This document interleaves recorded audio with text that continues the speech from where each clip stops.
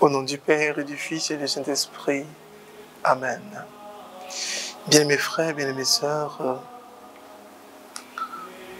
ceux qui s'étaient dispersés annonçaient la bonne nouvelle de la parole là où ils passaient. N'est-ce pas ce à quoi le Seigneur appelle chacun? Bien-aimés frères, bien-aimées sœurs, je vous invite avec moi à lire l'Évangile. Évangile de Jésus-Christ selon Saint Jean, chapitre 6, versets 35 à 40. En ce temps-là, Jésus disait aux foules, « Moi, je suis le pain de la vie. Celui qui vient à moi n'aura plus jamais faim. Celui qui croit en moi n'aura plus jamais soif.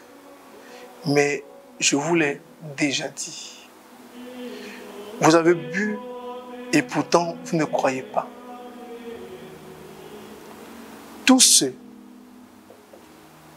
que me donne le Père viendront jusqu'à moi. Et celui qui vient à moi, je ne vais pas le jeter dehors, car je suis descendu du ciel pour faire non pas ma volonté, mais la volonté de celui qui m'a envoyé. Or, telle est la volonté de celui qui m'a envoyé, que je ne perde aucun de ceux qu'il m'a donnés, mais que je les ressuscite au dernier jour. Telle est la volonté de mon Père, que celui qui voit le Fils et croit en lui ait la vie éternelle. Et moi, je le ressusciterai au dernier jour. Parole du Seigneur notre Dieu. Telle est la volonté de mon Père, que celui qui voit le Fils et qui croit au Fils ait la vie éternelle. Le Seigneur nous a visités depuis la Pâque. Le Seigneur nous a fortifiés par le don de force pour ceux qui ont reçu le baptême. Le Seigneur nous prépare encore à nous donner le don de puissance pour la confirmation. La confirmation qui est le moment idéal, qui est ce sacrement par lequel l'Église nous reconnaît officiellement missionnaires de l'Église. Le Seigneur nous appelle donc, comme le dit le psaume 65, à aller proclamer la parole, à aller annoncer la parole, à aller crier dans le monde entier qu'il est Seigneur, que toute la terre se prosterne pour louer et pour adorer le Seigneur. Mais comment la parole peut-elle être proclamée si ceux qui sont appelés ne viennent pas à Christ? Aujourd'hui, le Seigneur nous interpelle encore à nos cœurs qui sont lents à répondre à son appel. Nos cœurs qui sont difficiles à comprendre sa parole. Nos cœurs qui sont si compliqués à appliquer la parole. Le Seigneur attire notre attention pour nous dire qu'il faut qu'on fasse attention. La volonté de son Père, c'est qu'il amène tous ceux qui le suivent à lui. Alors le Seigneur vient encore à nous demander de chercher la vie éternelle. Mais la vie éternelle qui s'obtient qu'avec Jésus. La vie éternelle qui s'obtient qu'en respectant les commandements de Jésus. La vie éternelle qui continue dans chaque compartiment de notre vie par les choix que nous faisons, par les engagements que nous prenons, par les résolutions que nous prenons. Jésus nous appelle encore ce matin à chercher que lui seul. Mais ne pas seulement le rechercher, le trouver.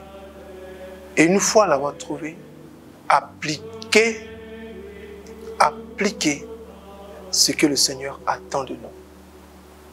Nous rapprocher de lui, méditer sa parole, entendre sa parole, mais aussi et surtout donner aux autres ce que nous avons reçu. Cette richesse, l'évangile, la croissance, la paix, la bonté, la miséricorde, la faveur divine, aussi donner aux autres ce que le Seigneur nous a donné. Le Seigneur nous a dit ce qu'il souhaite, ce qu'il fait, sa joie, c'est qu'il fasse la volonté de son Père. Si Dieu est pour nous notre Père, il est important que nous puissions aussi faire sa volonté.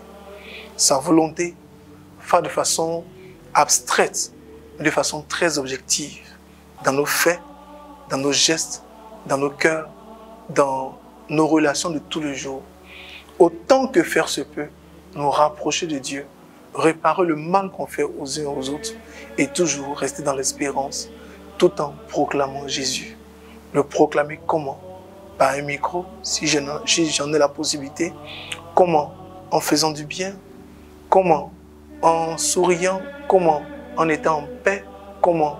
En étant joyeux. Et comment? Par tous ces moyens que le Seigneur nous donne. En somme, que par nos vies, Jésus soit transmis. Que par nos vies, Jésus soit donné. Que par nos vies, Jésus soit reconnu. Que par notre témoignage, par notre action de grâce, par notre présence, par notre présence, Jésus soit toujours honoré.